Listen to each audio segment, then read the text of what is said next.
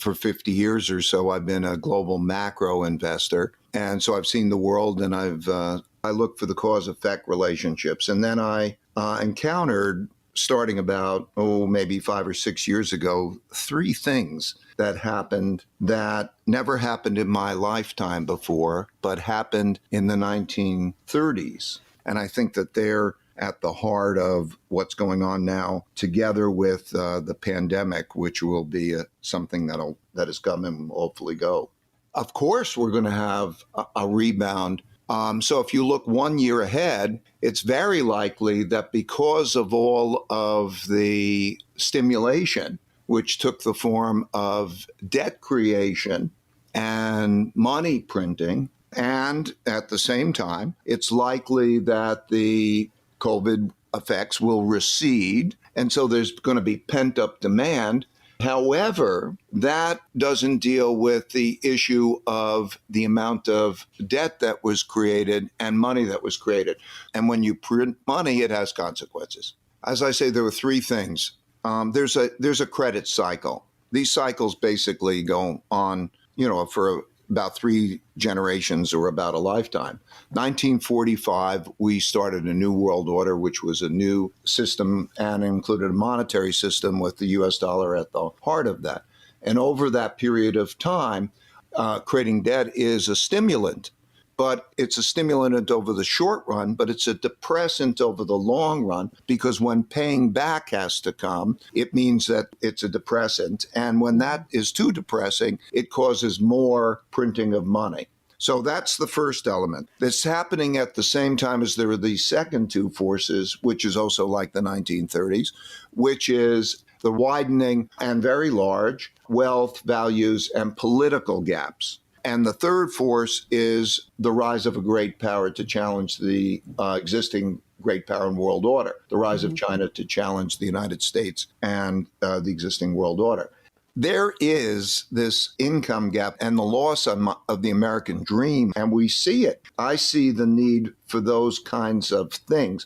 The amount provided was about 5 to 7 times the amount that would have been needed to compensate everybody for their income losses. So it was a much larger distribution of money than was actually needed to deal with COVID. But I see those other needs, and I think they're bigger than that, in fact. So those needs are there, and that distribution took place in that way. The issue is, then where does the money come from, and what are the consequences of that?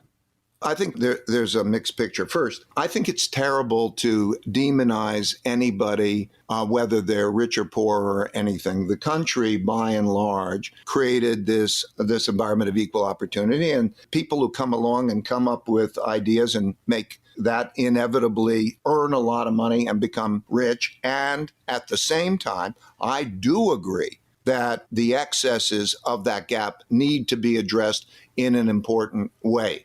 So let's not demonize everybody. I think the most important issue is to be bipartisan, to bring both sides together in a smart way. And I almost don't care what is done, just as long as the large population, the most people, are benefiting from an economy that works well to produce sound finances and sound economic growth.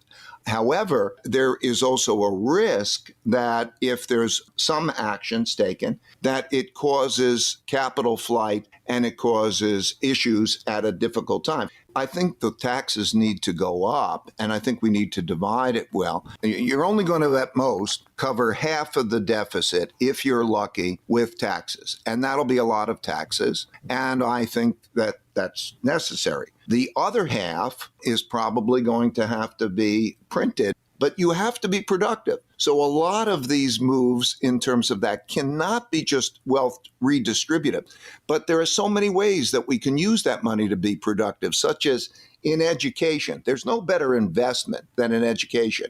But the 2 things that we have to worry about the most is this. Everybody's got their way that they want to fight for something.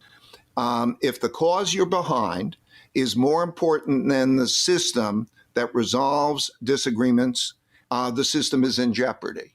there are two irreconcilable perspectives, and they're becoming not only increasingly alienated, they're becoming increasingly violent. If you take, let's say, President Biden, he doesn't have support from moderate Republicans, and it's not clear what amount of support he has from more to the left Democrats. If he doesn't pass a wealth tax or he doesn't pass this or that, he's going to have problems within his own party. I mean, like, what do you do about this? I don't know. Like, maybe a third party is required, but something has got to draw the increasingly antagonistic sides together to do smart things, right?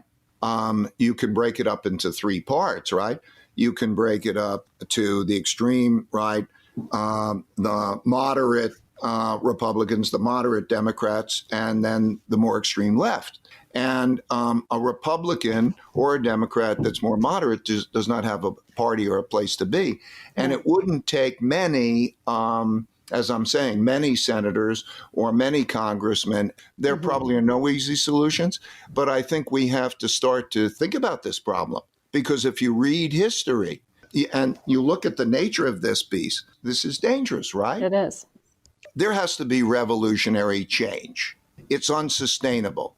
There are issues that have to be resolved. How do you spend the money? How do you pay for the money? How do you educate people? There are big issues, and they have to be resolved, and they could either be resolved peacefully, or history has shown sometimes they produce conflict. That's called civil wars, different types of revolution. Maybe a peaceful revolution, such as that which occurred in the 1930s, maybe that. But in the 1930s, many countries did not have peaceful revolutions. In any case, what I'm trying to do, I have a principle, which is if you worry, you don't have to worry. And if you don't worry, you need to worry. And that's because if you worry about this direction that we seem to be heading in, then you will do the things that prevent that from happening. And if you don't worry and you watch it continue on and it worsens, that's worrisome throughout history. When you have a bad economic situation and bad financial markets, and it hurts everyone, then naturally the capitalists are held to blame or scapegoated or whatever. We have a tendency to blame each other or to fight, and there's a polarity. The left becomes more extreme, then the right becomes more extreme, and you can't be in the middle. Because if you're in the middle, history has shown us, they say, hey, no, you have to decide one way or another. And then the antagonisms become greater. And that is what's happening today.